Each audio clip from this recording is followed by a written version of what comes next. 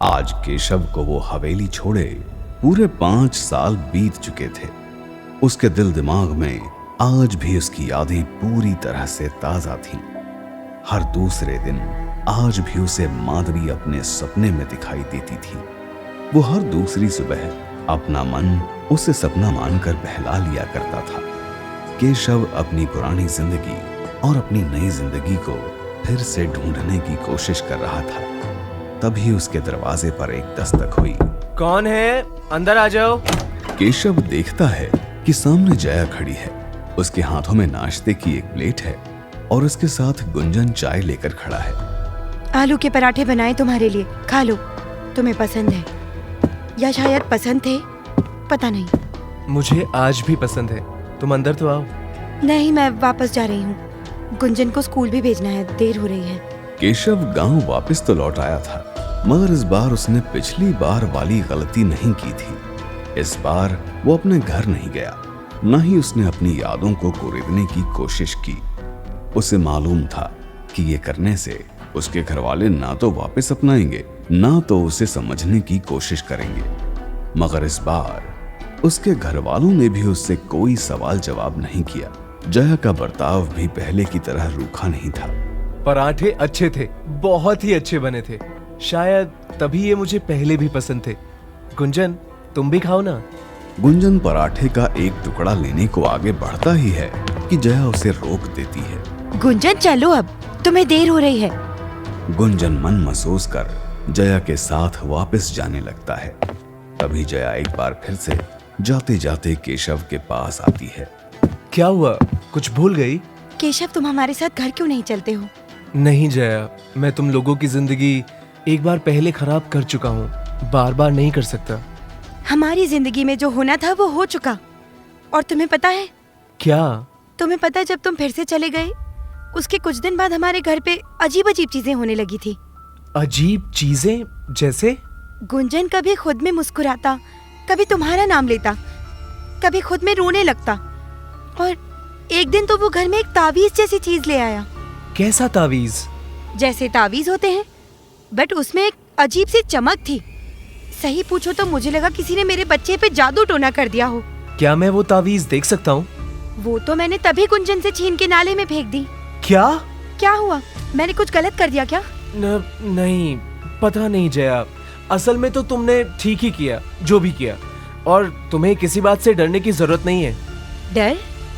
मुझे तो कभी डर नहीं लगा। केशव, तुम्हारे साथ क्या हुआ इतने साल? तुम कुछ बताते क्यों नहीं? मैं कुछ भी नहीं बता सकता। ये सब तुम्हारे लिए, गुंजन के लिए, हमारे परिवार के लिए सही नहीं होगा। पहले ही इतना सब कुछ हो गया है। तभी कमरे के बाहर खड़ा गुंजन अंदर आ गया और जया को घूर कर देखने लगा। जया को एकदम से याद आया कि वो गुंजन को बाहर भूल ही गई थी। अरे रे, बातों बातों में बस छूट गई होगी इसकी। चलो मैं चलती हूँ। केशव ने बस हाँ में सर हिला दिया। जया के जाने के बाद उसने अपनी अलमारी से एक बॉक्स निकाला। उस बॉक्स में कुछ ग्रंथ थे जो उसने हवेली से ढूंढे थे, और उसके अंदर एक और बॉक्स था जिसमें एक तावीज थी। केशव उस तावीज को हाथ में लेकर ध्यान से देखने लगा। ये तावीज तो करम की है, उसने मुझे दी थी। मगर जया किस तावीज की बात कर रही थी? पता नहीं आखिर ये तावीज गुंजन के पास कैसे आया। केशव ये सब कुछ सोच ही रहा होता है कि उसे नींद आ जाती है। तभी उसके दरवाजे पर फिर से दस्तक होती है। आप कौन आ गया? अरे गुंजन, तुम? हाँ, मैं हूँ। अरे तुम तो स्कूल चले गए थे। मैं आपको ये देने आया हूँ। केशव ने देखा कि गुंजन के हाथ में वही तावीज थी जो उसने अभी अभी अपने बॉक्स से निकाली थी। उसने चौंकते हुए गुंजन के हाथ से वो तावीज छीन ली। ये तुम्हारे पास क्या कर रही है? ये मुझे तमस चाचू ने दी थी। तमस? हाँ, उन्होंने अपना नाम तमस बताया और उन्होंने बोला कि आप जब वापस आएंगे तो आपको दे देने। और कुछ कहा उन्होंने? नहीं, और कुछ तो नहीं बोला। अच्छा हाँ, एक और बात याद आई, मगर वो बताऊंगा तो आप मम्मी को तो नहीं बता दोगे? नहीं बताऊंगा, तुम बताओ। उन्होंने मुझे मिठाई दी और बोला ये खा लो, बहुत स्वादिष्ट है। फिर उन्होंने मुझे जादू दिखाया। जैसे ही मैंने वो मिठाई खाई, तमस चाचू के हाथ सांप जैसे बनने लगे थे। मुझे बहुत मजा आया।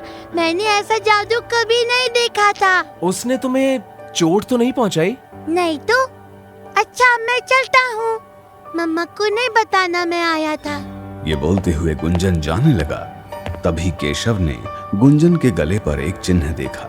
उसे देखकर उसके होश उड़ गए। वैसा ही चिन्ह उसने पहली बार दामिनी के गले पर देखा था, जब वो उससे पहली बार मिला था। नहीं, ऐसा नहीं हो सकता। केशव की अचानक नींद खुल गई। उसके माथे पर पसीना उभर आया था। वो घबराहट के मारे एकदम से उठकर बैठ गया। उसके कमरे का दरवाजा खुला था। ऐसा लग रहा था मानो जैसे अभी कोई आकर गया हो। उसने उठकर दरवाजा लगाया। शुक्र है भगवान का कि ये बस एक बुरा सपना था, बस इसका कोई मतलब ना हो। हे भगवान, मेरे घर वालों को उस हवेली से, उसकी हर परछाई से बचा कर रख। मैं चाहता तो सब कुछ बता सकता था तुमको जया, लेकिन अभी कुछ दिन मैं ऐसे ही जीना चाहता हूँ। जब सही वक्त आएगा तब मैं जरूर सब कुछ बताऊंगा। केशव ये बोलकर अपने बिस्तर पर वापस लौट रहा था। तभी उसकी नजर अपने बिस्तर पर पड़ी एक चमकती चीज पर पड़ी। उसने चादर जरा सा हटाया। तभी उसने देखा कि सामने वही ताबीज पड़ी थी। उसने जल्दी से अपना बॉक्स खोला तो उसके अंदर भी ठीक वही ताबीज रखी थी। इसका मतलब गुंजन यहाँ सच में आया था। मुझे जया से पूछना होगा। केशव ने जल्दी से जया को अपने घर बुलाया, मगर जया ने केशव को ऐसी बात बताई कि केशव के होश उड़ गए। क्या बात कर रहे हो केशव? गुंजन तो तभी स्कूल चला गया था। तुम्हें कोई गलतफहमी हुई होगी। केशव ने जल्दी से वो ताबीज जया को दिखाया। क्या तुम इस ताबीज की बात कर रही थी? हाँ, मगर ये तो मैं। हमें गुंजन को बचाना होगा जया। मतलब ये क्या कह रहे हो तुम? गुंजन को क्या हुआ? गुंजन को क्या हुआ है बताओ केशव। खुद को संभालो जया। बताओ केशव, साफ साफ बताओ, किससे बचाना है गुंजन को?